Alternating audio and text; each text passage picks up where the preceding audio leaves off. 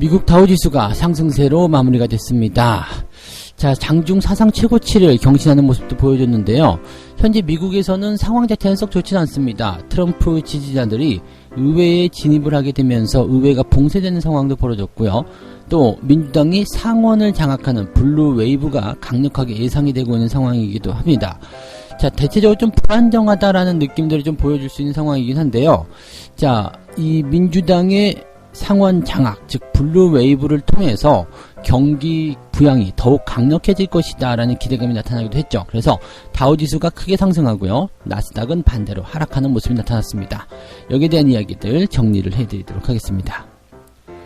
증시가 3000포인트를 찍고 있는 상황인데도 곧버스, 즉 마이너스 쪽으로 주가가 하락할 것이다 라고 베팅하는 개인 투자자들이 굉장히 많았다고 합니다.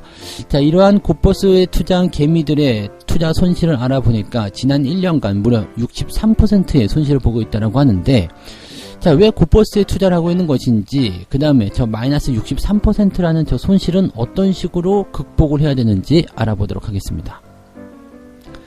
경기가 바닥인데 지수는 3000포인트를 찍었다. 너무 거품 아니겠느냐라는 분석들이 나오고 있습니다. 증시가 너무 가파르게 올라가다 보니까 이제는 거품 또는 조정, 여기에 대한 이야기들이 슬슬 나타나기 시작합니다. 물론 그와 반대로 이제라도 투자해야 된다라는 이야기들도 같이 나오고 있습니다만, 과연 거품인지 아니면 지금이라도 해야 되는 것인지, 어느 것이 맞는 것인지 알아보도록 하겠습니다.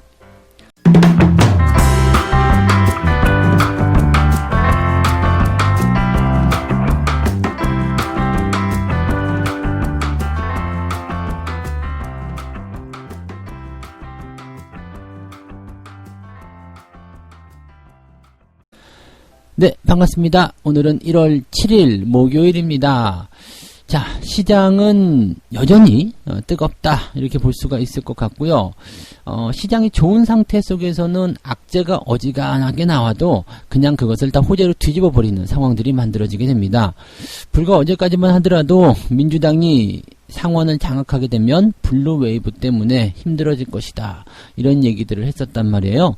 왜냐면 이제 현재 백악관을 장악한 이 민주당, 그리고 하원을 장악한 민주당의 이런 어떤 정치적인 제도, 그런 행보에 브레이크를 걸 만한 어떤 안전장치가 없다, 이런 거겠죠. 근데 그건 정치적인 이야기고요.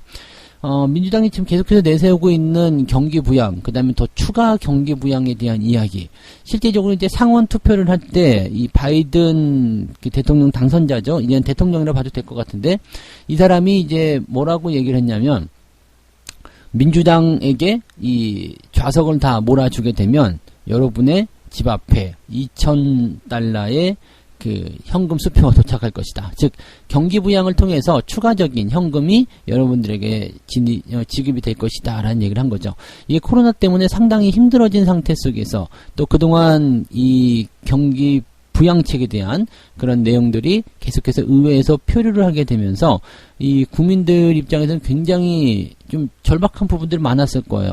왜냐면 당장 수입이 줄어든 상태에서 힘들어 죽겠는데 뭐 실업수당 주지도 않고 있죠. 경기부양제도 크게 확장시키지 않고 있죠. 이런 상태 속에서 민주당이 현금이 기재된 이런 수표가 여러분 집 앞에 당장 도착하게 될 것입니다. 당연히 찍어줄 수밖에 없을 거라 생각합니다. 민주당이 이번에 전략을 좀 잘 짜지 않았을까 생각이 들고요. 그에 따라서 이제 이 블루웨이브가 실제로 나타난 것 같다라는 생각이 좀 듭니다.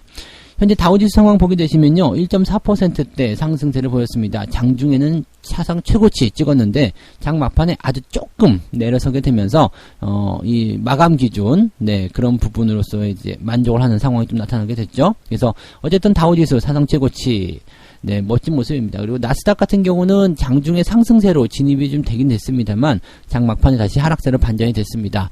아무래도 기술주들에 대한 부분들이 좀 부담스러워졌지 않았을까라고 생각해 봅니다. 이런 내용들 바로 이제 정리해서 알려드리도록 하겠습니다. 일단은 블루웨이브에 대한 내용들 보셔야 되겠죠. 요거 간단한 얘기입니다. 지금 민주당이 상원을 장악하게 되었다. 원래는 이제 민주당이 48석, 그리고 공화당이 50석 이렇게 차지하고 있었고, 이 두 좌석에 대해서, 이 두 자리에 대해서 이제 결선 투표, 즉 과반수를 얻지 못했기 때문에 1등과 2등만 따로 뽑아가지고 다시 하는 이 결선 투표가 지금 진행이 된 거죠. 근데 그 개표 초기에는 민주당이 막 엄청나게 앞섰어요. 그러다가 다시 개표 중간이 됐을 때는 공화당이 앞서다가 이제 초박빙으로 들어가는 상황이 벌어졌었죠. 그러다가 이제 그 민주당 후보 한 명의 당선이 확정이 됐습니다. 그렇게 뭐 이제 99% 개표가 완료가 된 상태 속에서 한 3만 표 정도 차이가 났죠. 그래서 당선이 확정이 됐고, 한 명 같은 경우는 둘 다 50% 과반표를 얻어냈는데 표 차이가 뭐 아주 근소했어요. 한 3,000표 정도 차이밖에 안 났거든요. 그래서 그 정도 차이가 났었는데 이게 이제 한번 뒤집어진 거예요. 지난 간밤에는 이제 97%대에서 이제 개표가 멈췄었는데 그때는 공화당 후보가 한 1,300표 정도 앞서고 있는 상태에서 마무리가 됐기 때문에 이렇게 되면은 공화당이 또 다시 한석 차지해서 다수당 위치를 차지하는 것 아니겠느냐 이렇게 얘기가 좀 됐었거든요. 그런데 이게 다시 개표가 시작이 되면서 표를 꺼내 보니까 뒤집어진 상황이었죠. 그러면서 민주당이 사실 3,000표 정도 앞서는 상황이 벌어지게 됩니다. 이렇게 되면 그냥 마무리 되겠죠. 그래서 민주당이 이제 상원을 장악하는 그런 상황. 왜냐하면 50대 50인데 이 지금 백악관을 장악한 이 민주당 쪽에서 이 부통령이 이 상원의 의장 역할을 하게 됩니다. 그래서 51로 이제 민주당이 승리하게 되는 상황이 벌어지게 되는 거죠. 그래서 상원 장악이 일단은 이루어지게 된다. 이렇게 그냥 하원, 상원, 그 다음에 백악관 여기까지 해서 그냥 민주당이 다 휩쓸어버리는 상황이 벌어지게 되는 겁니다. 여기서 이제 정책적인 부분들이 잘 펼쳐져야지만이 정권에 대한 어떤 평가 그런 것들이 또 이어지게 되겠죠. 근데 뭐 어쨌건 트럼프 지지자들은 지금 막 난리가 났어요. 그래서 뭐 바이든의 당선이 무효다. 뭐 그다음에 뭐 상원도 지금 이거 너무 사기다. 뭐 이런 얘기들 하면서 난리가 난 상태죠. 왜냐면 조지아주 같은 경우는 공화당의 텃밭이었는데 여기서 민주당이 쓸어버린다라고 한다라면 상당한 충격이라고 볼 수가 있는 상황이겠죠.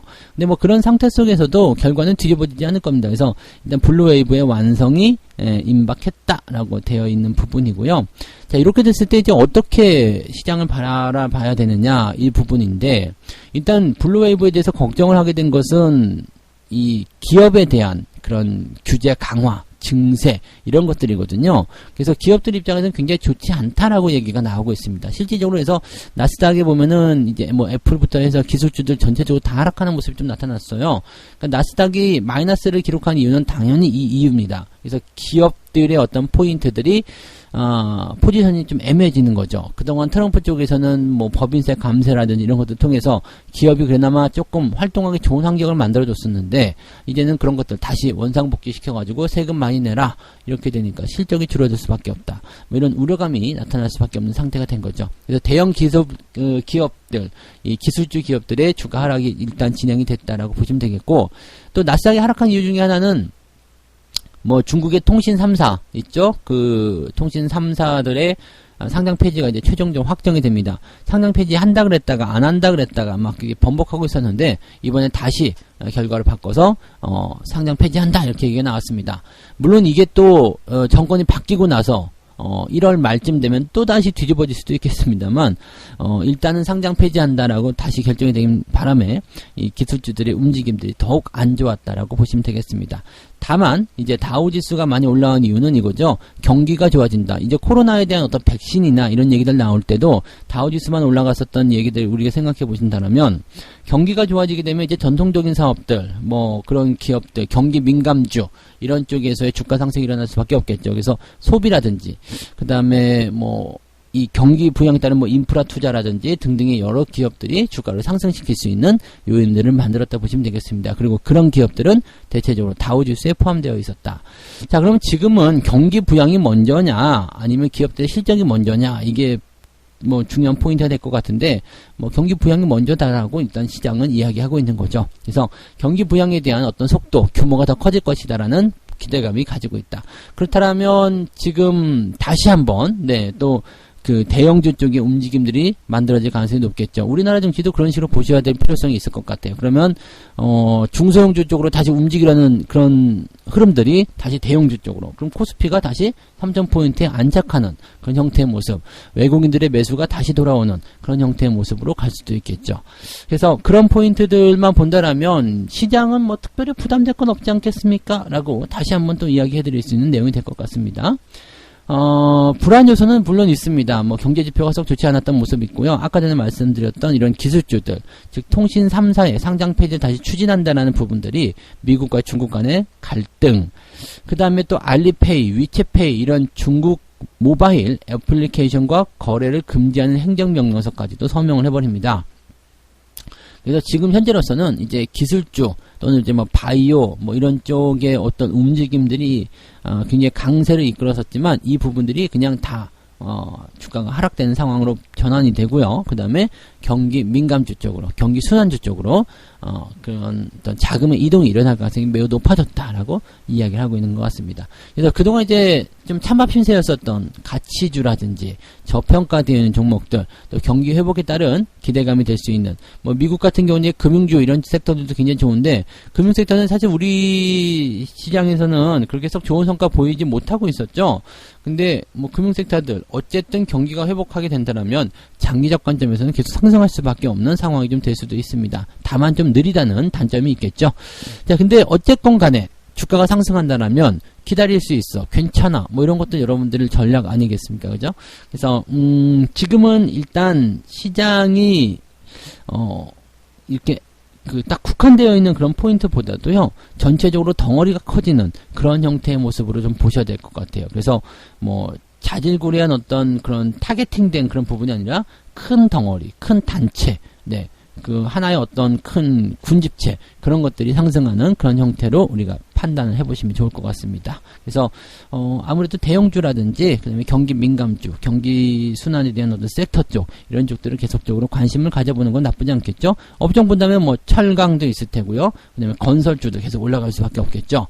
그다음에 뭐 실적 개선되는 기업들, 우리나라 같은 경우는 이제 IT 관련주들이 대형주를 잡고 있기 때문에 그런 쪽으로도 보실 필요가 있겠고, 화학, 뭐 조선, 해운 전부 다 거기에 포함됩니다. 거의 다 올라간다 봐야 되겠죠. 네, 그래서 증시는 여전히 유효한 상승을 가지고 있다라고 봐주시면 되겠습니다. 자, 두 번째 이야기 가볼까요? 네, 코스피 3,000포인트 시대에 곧버스를 탄 불개미는 곡소리를 내고 있다.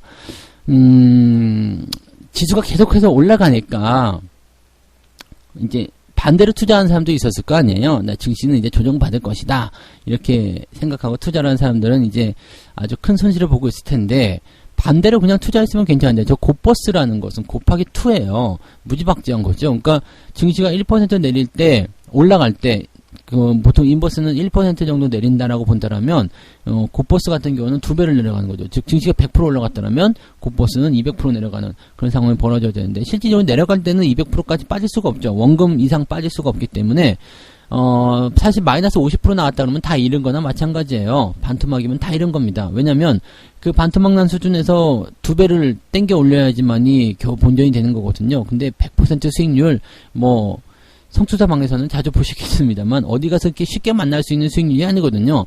100% 수익률이라는 것은 생각했던 것보다 굉장히 어려운 수익입니다. 그게 한번 기회를 잘 맞아서 빵빵 터져주거나 아니면 추세를 계속 끌고 가는 어떤 일반적인 시간이 좀 필요한 거기 때문에 단기 매매를 하는 사람들 입장에서는 100% 수익률은 듣도 보도 못한, 경험해보지 못한 그런 수익률이라고 보셔야 되겠죠.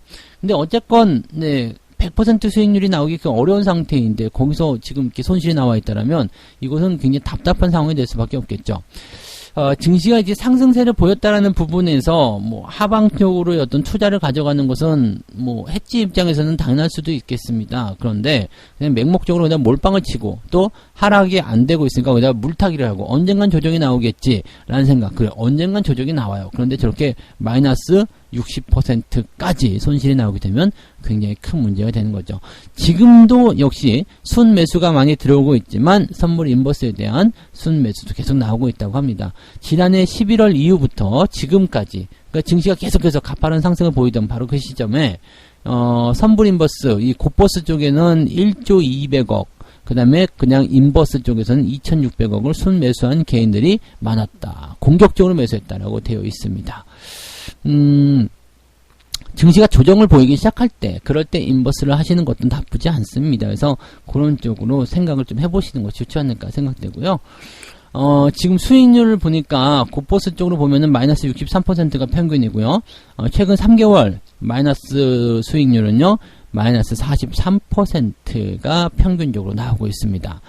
뭐 이 정도 3개월 만에 40% 손실, 이 좋은 장에서 라는 생각을 좀 해볼 수 있는 상황이고요. 증권사 쪽에서는 이 고버스의 투자 목적을 확실하게 좀 해줘라, 이 얘기를 하고 있는 거죠.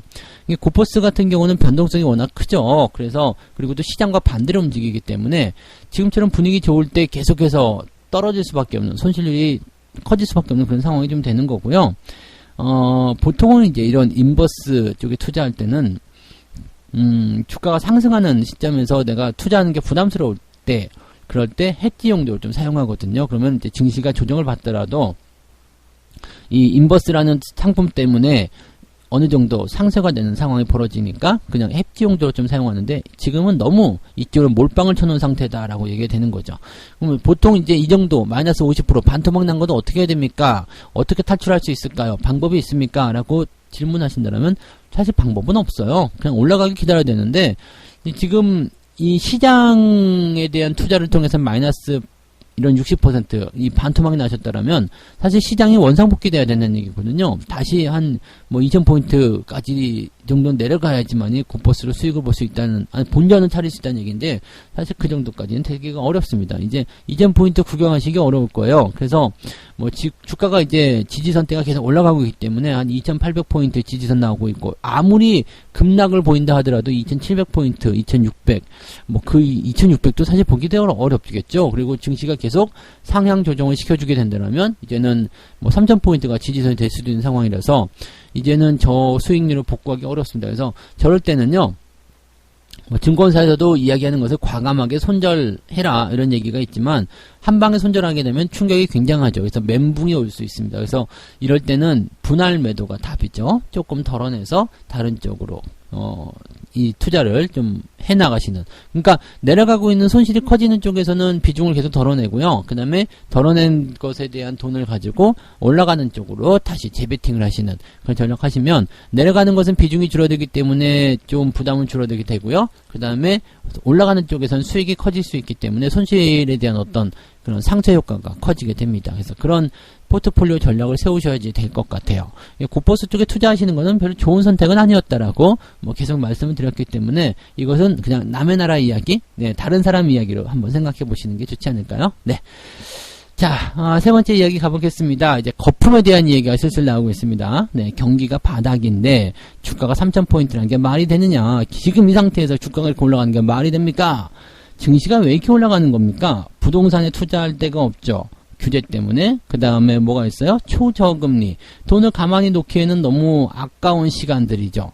그래서 뭘 할 게 없을까 봤더니 상당히 저평가되어 있고, 또 동학개미 운동이다 뭐다 해가지고 이제 주식을 밀어 올리는 그런 개인들의 힘이 막 응집되고 있고, 그러다 보니까 여기다가 힘을 더 보태는 거예요. 나도 할래, 나도 동학개미 할래. 그럼 점점점 그 규모가 커지는 상태.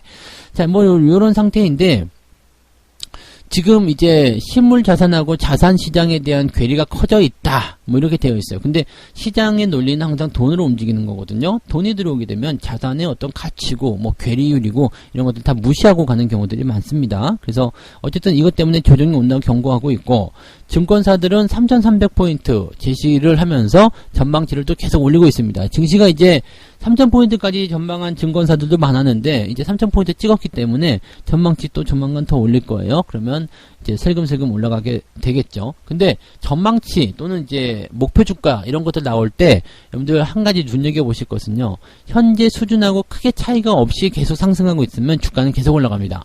왜냐면 얘네들은 아직도 걱정하고 있다는 얘기거든요. 근데 안심하게 되는 순간, 지금 만약에 100이다 라는 수치가 있으면 뭐 110까지 올라갈 거예요, 또는 뭐 115 정도 올라갈 거예요, 이렇게 된다면 크게 문제 없어요. 그냥 계속 가는 거예요. 근데 지금 100인데 목표 주가가 막 150 나와버리고 갑자기 이렇게 좀 괴리가 큰 상태의 어떤 목표 주가가 나오면 거의 대부분 그 지점이 상투다라는 것을 보셔도 좋습니다. 근데 지금 같은 경우는 네, 아주 찔끔찔끔 계속 목표치 달성 이렇게 돼서 수정 이런 식으로 하고 있기 때문에 뭐 사실 뭐 걱정하실 필요는 없을 것 같아요. 네. 거품이라는 이야기에 대해서 한번 보도록 하죠. 지금 한 경제대학원 교수가 이렇게 얘기를 합니다. 명목 국내 총생산, 즉 GDP죠. 이 GDP나 일평균 수출, 기업 이익, 이 코스피 지수를 설명할 수 있는 경제 변수에 비해서 주가가 과도하게 앞서가고 있다. 코스피가 상대적으로 저평가됐지만 지난해 동안 30% 넘게 뛰면서 이제는 고평가 국면에 접어들었다.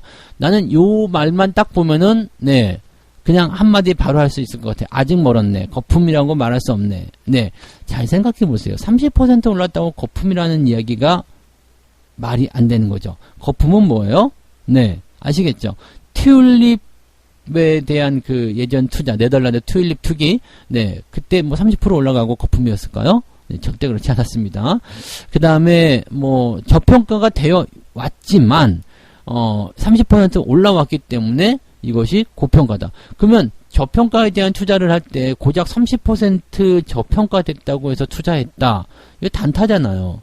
30% 수익 내려고 투자하시는 분 아무도 안 계실 것 같은데 그런 분들 계실 수 있겠죠. 어느 분들이요? 단기 매매를 생각하시는 분들. 근데 정상적으로 투자하시는 분들, 지금 동학개미 같은 경우는 중장기로 길게 끌고 가겠다라고 생각하는 사람들 거의 대부분이란 말이에요. 그리고 뭐 삼성전자 이렇게 대형주 쪽에 투자하면서 배당과 향후 뭐 몇 년 동안 또는 지속적인 뭐 자식에게 물려줄 거예요. 뭐 이런 얘기까지 하는 사람들도 많은데 이런 사람들이 30% 고작 먹으려고 들어왔을까라는 생각도 좀 해볼 필요 있겠고, 또 지금 GDP라든지 일평균 수출, 기업 이익 이런 지표와 관련된 부분에서는 지금 당연히 안 좋을 수밖에 없겠죠. 당연한 거 아니겠습니까? 왜냐면 지금 경기가 안 좋았으니까. 그런데 앞으로 좋아질 것이다 라는 부분 때문에 주가가 그런 부분들을 반영시키고 있는 건데, 지표가 아직 좋아지지 않고 있기 때문에 반영되는 데 한계가 있을 거예요. 근데 이제 만약에 지표가 또 좋아지기 시작하면 여기서 폭발적으로 빵 터져야 돼요. 왜냐면 지표가 좋아진다라는 개념, 그 다음에 실제로 좋아지고 있다라는 상황, 그리고 앞으로 더 좋아질 것이라는 기대감, 이런 것들이 지수에 대한 기대감을 더 키울 수밖에 없는 상황이 되는 거거든요. 그리고 더 중요한 건 저점에서 만들어지는 천정은 절대 없다라는 거. 그것만 생각하시면 되겠습니다. 거품은 아직 보이지 않는 거죠. 거품이라는 것은 정말 놀라운 단계가 돼야 되는데 아직은 그렇게 놀랍지 않습니다. 3000포인트 예상 다 하고 있지 않았었습니까? 그죠? 3000포인트임에도 불구하고 할까 말까 망설이는 분들, 아직도 주머니에 돈을 만지작거리시는 분들, 계좌를 아직도 틀까 말까, 에이 추운데 뭐 다음에 트지 뭐, 이렇게 생각하시는 분들 아직 계신다라면 네, 아직 멀었어요. 지금 눈이 오나 비가 오나 바람이 부나 천둥번개가 치나 뭐 그냥 은행이 열려 있으면 가가지고 무조건 계좌를 터야 되겠다 이 생각, 날이 밝자마자 계좌 틀 생각에 그냥 밤잠을 못 주무시고 막 이리지적 저리지적 하고 있는 그 상황이 고점에 가까운 시점입니다. 지금 그렇지 않잖아요. 그죠? 네. 미국 쪽에서는 어떻게 얘기하고 있냐면 주요 기업들, 삼성전자, SK하이닉스 이런 주요 반도체 기업들, 이 주요 기술주들의 주가 상승이 계속 일어나게 될 것이기 때문에 한국의 주가 상승은 계속 나올 것이다. 이게 정답이죠. 네. 미국 쪽에 대한 어떤 부분을 무조건 옹호하는 것은 아닙니다만 지금 현실을 가장 많이 대변한 부분입니다. 경기 회복, 그 다음에 기업들의 실적 증가, 그 다음에 해당 업황의 개선, 이런 것들이 주가를 더 끌어올릴 수밖에 없다. 왜냐하면 이런 상태 속에서는 외국인들의 매수가 들어올 수밖에 없겠고요. 또 전 세계적으로 경기 회복세가 일어나게 된다면 이 이머징 마켓 쪽에서의 관심은 더 커질 수밖에 없다라고 생각하시면 되는 겁니다. 그러면 뭐 지금 거품이다 아니다를 논하기 전에 시장이 정말로 충분히 올라갔는가라는 것을 생각해 볼 필요가 있겠죠. 그렇다면 정답은 어디에 있을까요? 잘 생각해 보시면 답이 빵 하고 보이실 것 같아요. 그죠? 네, 오늘 이렇게 세 가지 이야기 전달해 드렸습니다. 다우만 상승했습니다. 블루웨이브의 어떤 예상치가 확정시 되어 감에 따라서 다우지수가 상승세를 보였고요. 아마 지금쯤이면은 네, 블루웨이브 확정 소식이 들릴 수도 있겠네요. 네, 근데 어쨌건 아직까지는 확정이 아니기 때문에 예정이다 라고만 말씀을 드릴 수가 없습니다. 근데 블루웨이브가 되면서 이 경기 민감에 대한, 경기 순환에 대한 관심주들이 올라가게 되면서 기술주들은 하락했고 다우지수에 포함되어 있는 그런 전통적인 기업들은 상승세를 보였다라고 되어 있습니다. 고포스에 투자한 개인 투자자들은 마이너스 63% 손실을 보고 있는데 계속 물타기 절대 안 됩니다. 물타기 하시면 안 되고요. 어떻게 빠져나올 것인가를 고민하셔야 됩니다. 그리고 아예 이제 이런 투자에 대한 부분들은요, 하락 포인트에 대한 것들 또는 상승 포인트에 대한 것들도 인버스 또는 이제 곱하기 이렇게 파생을 좀 건드리려고 하실 때는요. 뭐라고 해야 될까요? 이 방향성에 대한 그 포지션들이 확 좀 위험하게 만들어질 때는 이런 것들은 전부 다 해지 용도로 좀 사용하시기를 권장을 해드립니다. 절대적으로 한쪽 방향에만 몰빵 치시는 거는 좋지 않다라는 거 말씀드리고요. 손실이 난 부분에 대해서는 당장 복구할 수 없어요. 그래서 이런 내용들은 힘들고요. 그냥 조금씩 덜어내면서 손실을 조금씩 지워나가시는 전략을 세우시는 게 가장 좋습니다. 경기가 바닥인데 3,000포인트 주가 말이 되느냐 거품이다 이런 얘기를 하셨는데 그냥 조목조목 따져보니까 아직은 거품에 대해서 이야기할 만한 단계는 아닌 것 같다라고 말씀을 좀 드려봅니다. 자, 책 한 곡지 읽고 마무리하도록 하겠습니다. 불황이나 시세 폭락 등 값이 쌀 때는 단호하게 매수해라. 그리고 매수한 후에는 가격이 오를 때까지, 즉 시장의 가격 평가가 높아질 때까지 계속 기다리면 된다. 그것이 바로 장기 투자다. 자, 시장의 가격 평가가 높아질 때까지 그것을 우리는 천정이고 거품이고 이제 뭐 상투다라고 이야기를 많이 합니다. 근데 그 시점이 되면은요, 여러분들 누구나 다 눈치채실 수 있어요. 너무 좋은데 라는 느낌. 지금 뭐 기사들 뭐 모였다면 주식 얘기한다, 너도 나도 주식 투자해야 된다, 뭐 돈 많이 들어온다 얘기하고 있지만 생각했던 것보다 그렇게 사람들 공격적으로 달려들지 않고 있습니다. 그리고 3,000포인트 찍었다가 다시 들어왔잖아요. 그러면은 주춤, 손이 나가던 것이 주춤, 또 그렇게 됩니다. 아직도 의심하는 사람들 많이 있습니다. 아직은 멀었어요. 그래서 시장에 대한 어떤 변동성은 뭐 항상 나타나게 되어 있습니다. 단기적 상승에서도 단기 조정은 필수로 나오기 때문에 그런 조정들은 나올 수 있겠습니다만 크게 걱정하실 만한 그런 포인트는 없을 것 같다 판단이 드네요. 좋은 주식 사셨으면 장기적으로 쭉 끌고 가시면서 수익 내시기 바랍니다. 자, 오늘 여기까지 이야기 해드릴게요. 오늘도 성공 투자하시고요. 저는 장중시황 때 다시 오겠습니다. 고맙습니다.